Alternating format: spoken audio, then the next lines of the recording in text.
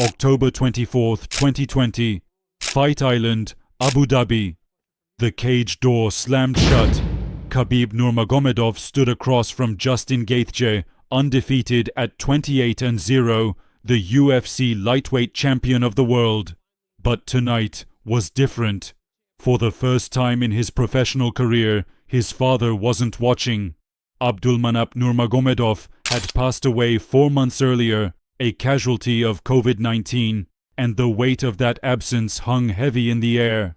What happened next would define a legacy. Not just the triangle choke that rendered Gaethje unconscious in the second round, not the tears that poured from Khabib's eyes as he collapsed at the center of the octagon, but the words that followed, words that shocked the combat sports world and cemented Khabib Nurmagomedov as something more than a champion. But to understand that moment, you need to know the journey. A journey that began in the mountains of Dagestan with a boy and a father's impossible dream. In the remote mountain village of Sildi, nestled in the Tsumadinski district of Dagestan, a child was born into an Avar family. His name was Khabib Abdulmanapovich Nurmagomedov. The village was harsh, isolated, and unforgiving. A place where the winters were brutal and modern conveniences were distant fantasies. Life here demanded resilience not as a virtue, but as a necessity for survival. His father, Abdulmanap Magomedovich Nurmagomedov, was a Soviet Army veteran and a decorated athlete. A master of freestyle wrestling and sambo, Abdulmanap had competed at the highest levels before dedicating his life to coaching. He had studied at Poltava University of Economics and Trade in Ukraine, graduating in 1987 with a degree in accounting and economics. But his true passion was combat sports. Khabib grew up in a household with his older brother Magomed and younger sister Amina. His uncle on his father's side was the 1992 Sambo World Champion, and his mother's brother was a renowned freestyle wrestler. Wrestling wasn't just a sport in this family, it was their identity, their legacy, their way of life. When Khabib was young, his father converted the ground floor of their 2-story house in Kiroval into a gym. Young Khabib would watch, mesmerized, as students trained under his father's watchful eye. He crawled across those mats before he could properly walk. By age 3, he was learning basic wrestling movements. By 5, he knew all the fundamental techniques. At 8 years old, Khabib began formal training in freestyle wrestling under his father's tutelage. Abdulmanap's methods were unconventional, shaped by Soviet-era training philosophies and the harsh realities of Dagestani mountain life. He believed that true strength came not from muscle alone, but from an unbreakable mind, from the ability to endure when every fiber of your being screamed to quit. The training sessions were relentless. Khabib would wake before dawn to run through snow-covered mountain paths, his lungs burning in the thin, frigid air. Then came hours of wrestling, drilling the same techniques hundreds, thousands of times until they became instinct. Abdulmanap showed no mercy, no special treatment for his son. In fact, he was harder on Khabib than on any other student, believing that the greater the pressure, the stronger the diamond. But there was one training method that would become legendary, one that would define Khabib's mystique for years to come. On this date, just 3 days after Khabib's 9th birthday, Abdulmanap brought a bear cub to the training area. The footage, timestamp and all, would eventually go viral decades later, but on that day, it was simply another lesson from a father determined to build his son into something extraordinary. First of all, a father always wants to check his son as a child what he is capable of. Abdulmanap would later explain in an interview with Russian outlet 2fight.ru. It is a test of character rather than training. The bear cub was chained to a tree stump. It was not fully grown, but large enough to be dangerous, its claws sharp enough to tear flesh. Other children Khabib's age refused to approach it. But when Abdulmanap looked at his son, Khabib nodded. He had been wrestling since he was 5. He had been taught that fear was a choice, that doubt was poison. If this was what his father asked of him, he would do it. Khabib bent low, tucked his chin into his chest, and lunged forward. The bear swatted at him, knocked him down. He got back up. The bear took him down again with superior position and weight. But Khabib kept coming, kept trying, kept fighting. Years later, Khabib would reflect on that moment. These are like circus bears that are taught to wrestle by their trainers. He took me down twice, but I took him down too. Guys my age were afraid to wrestle with the bear, but I told my father that I wanted to fight the bear. I started wrestling when I was 5, and my father had a gym where he taught wrestling to many guys. You think I would be scared of the bear? No. The bear wrestling became part of Khabib's legend, a symbol of the extraordinary lengths to which his father would go to forge an indomitable spirit. It wasn't about defeating the bear. It was about facing something terrifying and refusing to back down.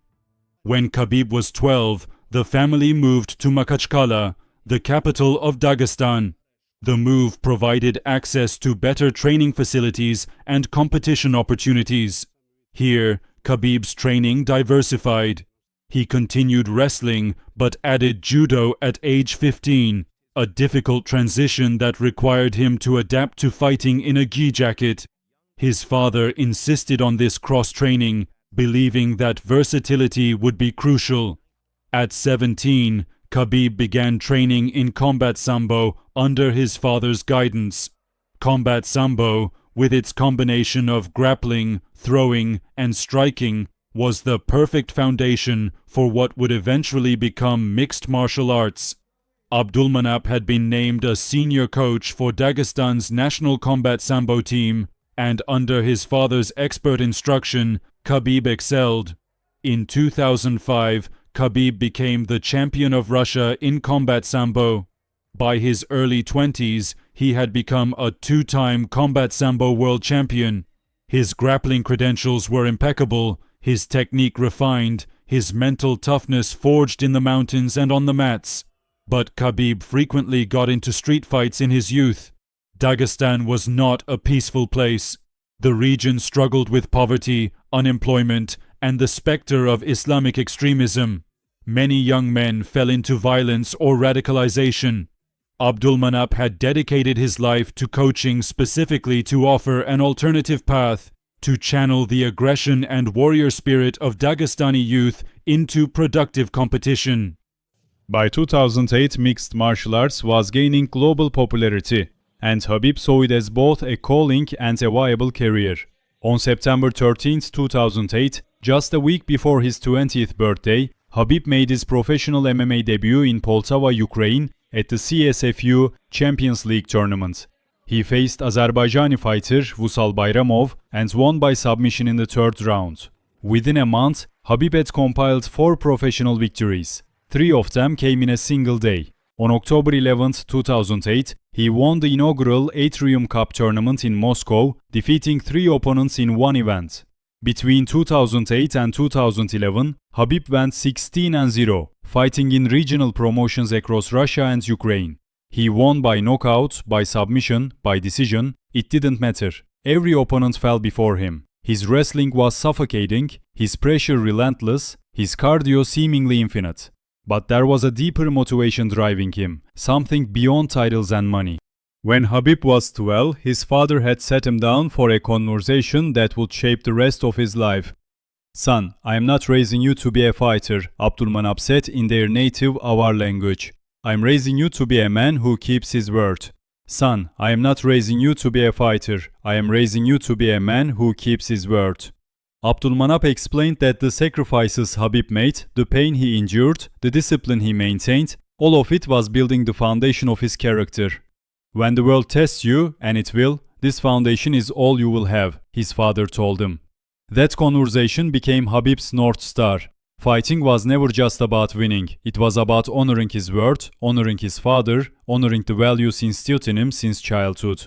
Every victory was proof that his father's vision was sound. Every challenge was an opportunity to demonstrate that discipline could overcome talent, that patience could defeat aggression.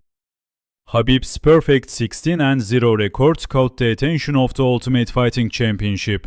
In late 2011, he signed a 6-fight deal to compete in the UFC's lightweight division. This was the dream, the biggest stage in mixed martial arts. His UFC debut came on January 20th, 2012 at UFC on FX1. He faced Kamal Shalorus and won by submission in the third round. It was a statement. The quiet Dagestani with the undefeated record was the real deal. His second fight against Gleison Tibau at UFC 148 on July 7th, 2012 was his first at American Kickboxing Academy, aka in San Jose, California. Under the guidance of coach Javier Mendez, Khabib won a unanimous decision 30-27 on all three scorecards. He had found his American home. Over the next several years, Khabib dismantled every opponent put in front of him. Thiago Tavares, Rafael dos Anjos, Pat Healy, Abel Trujillo, against whom Khabib set a UFC record with 21 successful takedowns out of 27 attempts in a single fight. But the road to the championship was not smooth. Between 2014 and 2016, Khabib was plagued by injuries. Knee problems forced him to withdraw from multiple high-profile fights, including scheduled bouts with Donald Cerrone and Tony Ferguson. Each cancellation was devastating, not because of lost money, but because of lost time, lost momentum, lost opportunities to prove himself. The injuries tested his resolve. There were moments of doubt, moments when the path forward seemed impossible. But his father's words echoed. Pain is temporary, quitting is permanent.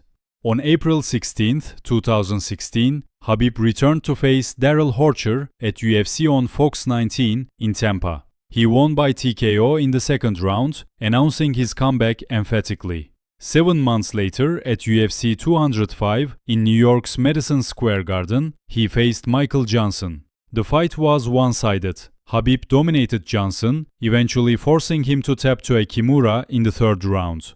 But it was what Khabib said during the fight that caught everyone's attention.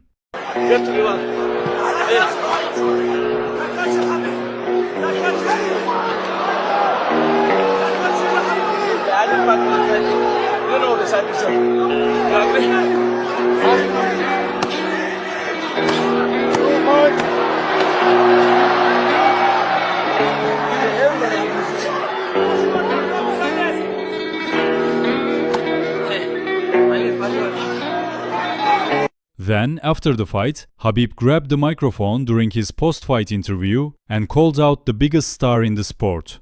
Dana, where is my title shot? I wanna fight your chicken, Conor McGregor. Let's go. The challenge was issued. The Eagle wanted the Irishman. March 2017, the weight cut.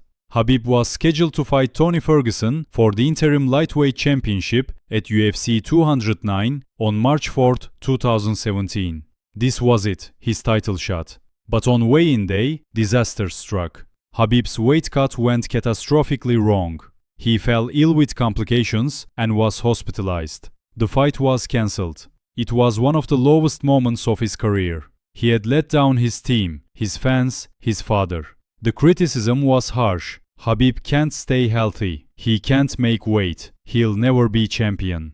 But adversity, his father had taught him, was merely a test. April 7, 2018, becoming champion. At UFC 223, after Tony Ferguson was injured and replaced, then Max Holloway was deemed medically unfit to compete, Khabib finally faced El Iaquinta for the vacant UFC lightweight championship. He dominated all 5 rounds, winning a unanimous decision 50-43, 50-44, 50-44. At 29-0, Khabib Nurmagomedov was the UFC lightweight champion and the first Russian and first Muslim to hold a UFC title. But the celebration was muted, because 6 days earlier, something had happened that would set the stage for the biggest fight in UFC history. 229, April 3, 2018. The confrontation. At a hotel in Brooklyn, Khabib and members of his team encountered Artem Lobov, a close friend and training partner of Conor McGregor. Lobov had recently given an interview criticizing Khabib, calling him a coward who pulls out of fights. Khabib confronted Lobov, and in the ensuing altercation, Lobov was slapped. Word of this confrontation reached McGregor in Ireland. 2 days later, chaos erupted. April 5, 2018, The Dolly. Conor McGregor arrived at the Barclays Center in Brooklyn with approximately 20 to 30 people. They stormed the building, making their way to the loading docks where fighters were boarding buses to return to their hotel. McGregor picked up a metal dolly, a hand truck, and hurled it through the window of the bus carrying Khabib. Glass shattered everywhere. Fighters Michael Chiesa and Ray Borg were injured, forcing them out of their scheduled UFC 223 bouts. The entire scene was captured on video. McGregor, wild-eyed and shouting, attacking a bus full of fighters. McGregor was arrested and charged with assault and criminal mischief. Come here. Send me a message, like location. I'm gonna come. Whatever you want, doesn't matter. Ireland, New York, Brooklyn or Moscow, doesn't matter. Tell me, where? On July 26, 2018, McGregor pled guilty to 1 count of disorderly conduct, was sentenced to 5 days of community service and an anger management course. The UFC did not formally discipline him. 1 week later, on August 3, 2018, the UFC officially announced Khabib Nurmagomedov vs Conor McGregor for UFC 229. Scheduled for October 6, 2018 at the T-Mobile Arena in Las Vegas. The build-up. The promotional tour was unlike anything the sport had ever seen. McGregor unleashed a barrage of personal attacks. He insulted Khabib's religion, calling him a mad, backward colt. He insulted his country, his father, his manager Ali Abdelaziz, whom he called a snitch terrorist rat. He brought a bottle of his proper number 12 whiskey to the press conference and offered Khabib a drink, knowing full well that Khabib is a devout Muslim who doesn't consume alcohol. At one particularly heated press conference, McGregor said, "Your father is a coward. You are all backwards Dagestani rats." Khabib sat stone-faced, his jaw clenched so tightly that his teammates feared his teeth might crack. But he didn't respond, not with words. Because his father had taught him that men who feel the need to prove themselves with words have already been defeated. But beneath that calm exterior, something was building. October 6, 2018, UFC 229. The T-Mobile Arena was packed with 20,034 fans. An estimated 2.4 million pay-per-view buys made it the biggest event in UFC history. The atmosphere was electric, dangerous, thick with hatred. In his locker room, Khabib performed his pre-fight ritual: prayer, meditation, visualization. His coach, Javier Mendez, watched him carefully. "You good?" Mendez asked. Khabib looked up and Mendez saw something in his eyes that unsettled him. Not fear, not doubt, but a cold, calculated fury that had been simmering for 6 months. "I am going to make him humble," Khabib said quietly. The fight itself was dominant. Khabib took McGregor down in the first round, controlled him, landed ground and pound strikes. Between rounds, Khabib could be heard on the broadcast saying to McGregor, "Let's talk now." In the second round, Khabib dropped McGregor with a right hand, then continued to dominate. In the third round, McGregor rallied slightly, landing some strikes and defending takedowns, giving him perhaps the only competitive round of his career against Khabib. But in the fourth round, at 3:03, Khabib secured a neck crank, forcing McGregor to tap out. It was over. 28-0, undisputed, dominant. But what happened next would overshadow the victory itself. As the referee separated them, Khabib didn't celebrate. Instead, he threw his mouthguard toward McGregor's corner, specifically at Dylan Dennis, McGregor's jiu-jitsu coach, who had been hurling insults throughout the fight. Then Khabib climbed the cage fence. Security reached for him. They couldn't stop him. He leaped over the cage, flying through the air, and attacked Dennis. Chaos erupted. McGregor tried to climb out to help his team. Two of Khabib's cornermen, Zubaira Tukugov and Esed Emiragaev, climbed into the cage and attacked McGregor. Fists flew. Bodies collided. The arena descended into pandemonium. When security finally separated everyone, Khabib was escorted out. He was crying. Not tears of anger, tears of shame. Because in that moment he realized he had violated his father's most important rule. Never lose your honor. UFC President Dana White refused to put the championship belt on Khabib in the Octagon, citing safety concerns. Instead, they took him to the locker room, where he sat alone, head in hands, overwhelmed by what he had done. His phone rang. It was his father. "What have you done?" Abdulmanap's voice wasn't angry, it was disappointed, which was infinitely worse. "He disrespected everything, father. Our faith, our people, you. So you became like him? You threw away years of discipline for 7 seconds of stupidity? This is not the son I raised. This is not the man I trained." Those words cut deeper than any punch Khabib had ever taken. The punishment.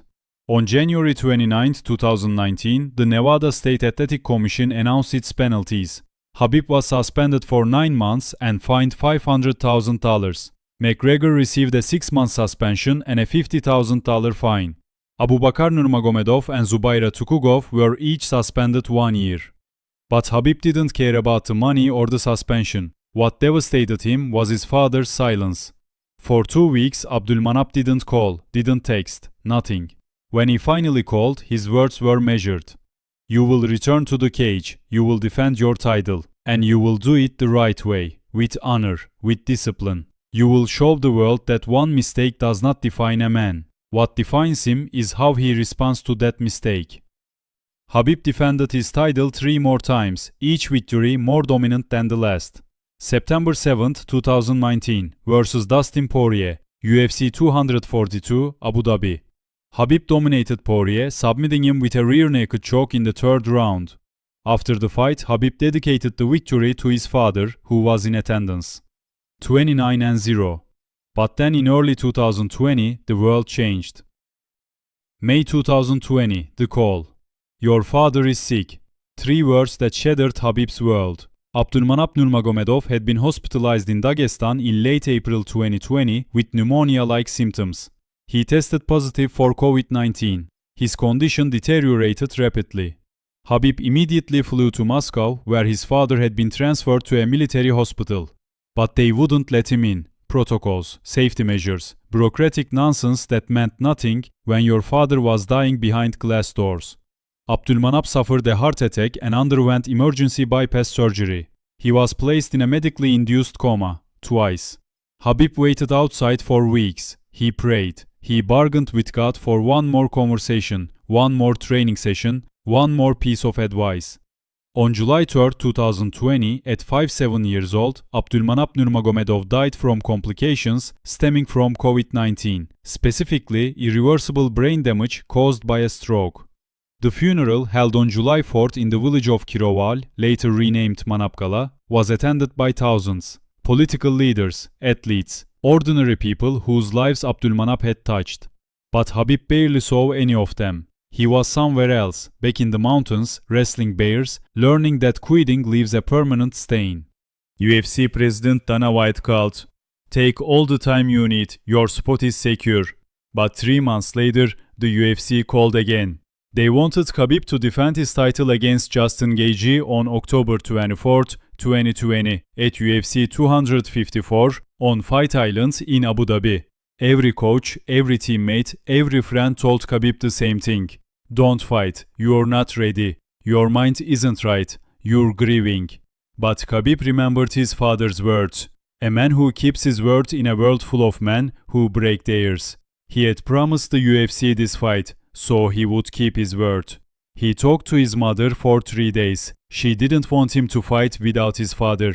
But Khabib made her a promise. "This will be my last fight. I give you my word." What nobody knew was that Khabib entered training camp dealing with multiple setbacks. He contracted mumps and was hospitalized for a month before the fight. He broke 2 toes and a bone in his foot 3 weeks before fight night. He couldn't train properly for weeks. His coach Javier Mendez kept asking if they should withdraw. Every day they'd discuss it, putting off the decision until tomorrow, until tomorrow, until tomorrow. Until suddenly it was fight day. Act 8, the final walk. October 24, 2020, UFC 254, Fight Island, Abu Dhabi. The Dew Forum on Yas Island. No fans in attendance due to the pandemic. Just fighters, coaches, officials, and cameras broadcasting to millions around the world. Khabib's walk to the Octagon felt like a funeral procession. His head was down, his lips moving in silent prayer, completely disconnected from everything around him. The first round was tactical. Gaethje, known for devastating leg kicks and knockout power, tried to keep Khabib at distance. But Khabib pressed forward with his jab, landing combinations that surprised many who saw him primarily as a wrestler. He absorbed leg kicks but never stopped moving forward. Near the end of the round, he secured a takedown, nearly locking in an armbar before time expired. In the second round, Khabib continued his striking assault before securing another takedown early. He worked his way into position, transitioning smoothly until he locked in a triangle choke. Gaethje tried to escape. He appeared to tap at least twice, but referee Jason Herzog didn't see it. Gaethje went unconscious. When Herzog finally stopped the fight at 1:34 of the second round, Khabib released the hold and walked to the center of the octagon. He dropped to his knees, then onto all fours, and began to sob. Deep, body-shaking sobs that came from somewhere beyond physical exhaustion, from the place where grief lives. Justin Gaethje, who had just been choked unconscious, was the first to approach, trying to comfort the champion. "I know he made his father so proud," Gaethje would say later. Joe Rogan entered for the post-fight interview. The crowd, mostly UFC officials and other fighters, waited. Khabib stood, his face still wet with tears, and took the microphone. "Today I want to say this was my last fight." The words hung in the air, incomprehensible at first. "No way I'm gonna come here without my father. When UFC called me about Justin, I talked with my mother 3 days. She doesn't want me to go fight without father. But I promised her it's gonna be my last fight. And if I give my word, I have to follow this." Silence, shock, disbelief. The undefeated champion, 29-0, just 32 years old, in his absolute prime, walking away. Khabib removed his gloves and placed them at the center of the octagon, not as a dramatic gesture, but as a ritual, a final act of respect to the sport and to the father who made it all possible. Dana White tried to talk him out of it. He offered money, legacy fights, a path to 35-0, 40-0. But Khabib's decision was final. He had promised his mother, and a man who keeps his word doesn't waver. Later, Khabib posted on Instagram, "When Allah with you, nobody can break you, nobody. Thanks, Father, for everything. You teach all my life. May Allah grant you the highest paradise." Khabib Nurmagomedov retired with a perfect 29-0 record. He was inducted into the UFC Hall of Fame on June 30, 2022. But the numbers don't tell the real story. After retirement, Khabib didn't disappear. He became a coach, guiding fighters like Islam Makhachev, who would go on to become UFC lightweight champion, Umar Nurmagomedov, and others. He acquired Eagle Fighting Championship, EFC, and promoted fights across Russia and the Middle East, focusing on fair pay and medical protections for fighters. He established the Khabib Foundation, funding orphanages in Dagestan, refurbishing wrestling gyms, and providing scholarships for sports science students. He invested in businesses, mineral water from Caucasus Springs, athletic apparel, hotels in the UAE and Turkey. Most importantly, he built a gym in Dagestan to train the next generation of mountain children, giving them the same opportunity his father gave him, a path away from violence and toward discipline, honor, and purpose.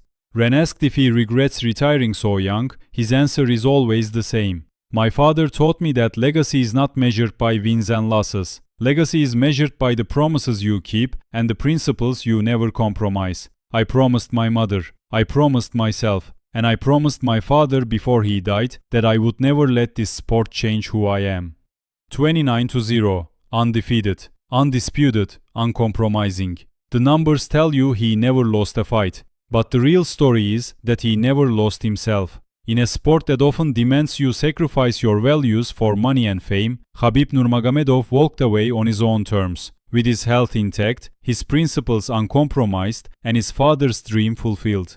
The eagle never fell, not in the cage, not to temptation, not to the disease of more. And perhaps that is the greatest victory of all.